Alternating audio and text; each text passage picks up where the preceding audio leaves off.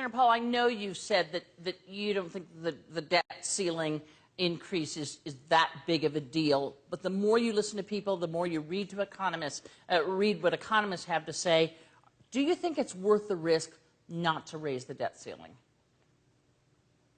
I think it's not a good idea to go through the debt ceiling deadline. I think we should go ahead and have an agreement in advance. That being said, though, I think it's also irresponsible for the president, who, when he was a senator, actually voted not to raise the debt ceiling. It's irresponsible for him to scare people. He should be the opposite. The leader of the country should be soothing the markets and saying, we will always pay the interest on our debt, and we do have plenty of revenue. We bring in $250 billion a month, and we have $20 billion in interest payment. There's absolutely no reason ever to default, and a good leader would be saying, we will never default. Would a good senator be saying we will never default? Absolutely, and I'm trying to be that. We should never default. We should never miss a payment, but people have to realize that not raising the debt ceiling means you have to balance your budget. It doesn't mean you default, and people are conflating these two, and they're not the same thing.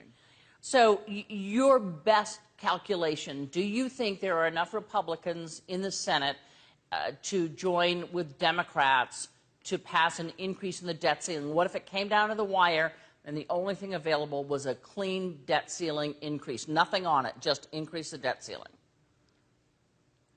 You know, I think at this point, we had a vote on yesterday, and it was to just raise it without any restrictions. And we all voted solidly against raising it without limit and without restrictions. That's what the Democrats offered us yesterday. No limit over the next year, year and a half. We raise it as high as it goes, no limits. The American people don't want that. The vast majority of the people are afraid of what this huge growth in our deficit is going to do to us. And so, no, I think we have to restrain. And there are two problems, and they're both problems. It is a problem for the marketplace to see us go through a deadline.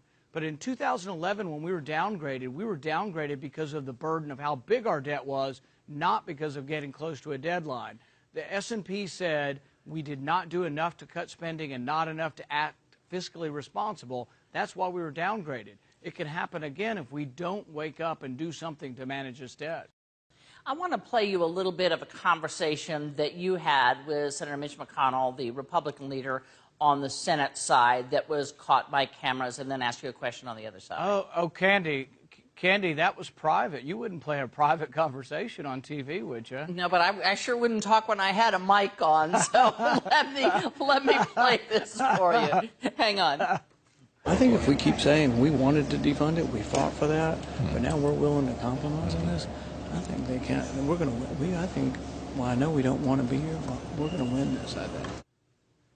You still think you're going to win this, and what does winning this look like?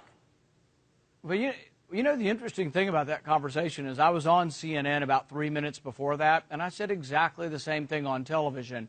Not exactly in the same words, but pretty close. I've been saying all along we don't want to be here. We don't want to be in a shutdown. Right. I was against shutting down, and it is a failure of conversation to be in a shutdown.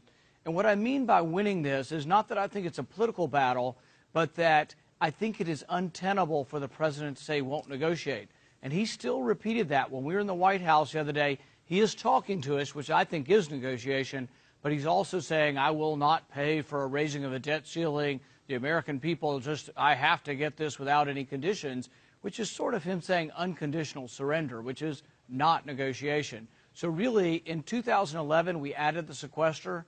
That was a good thing. We need to add more controls and restraint to government spending, and this is precisely the time to do it. He's unlikely to negotiate when he doesn't have a deadline. Democrats saying, we used to want a clean CR, but we think you're squirming, so now we want to raise spending and break the budget caps. So I think we're seeing that the Senate Democrats are getting greedy about this whole thing. Do you see yourself at any point in the future being anything other than politically a member of the Republican Party?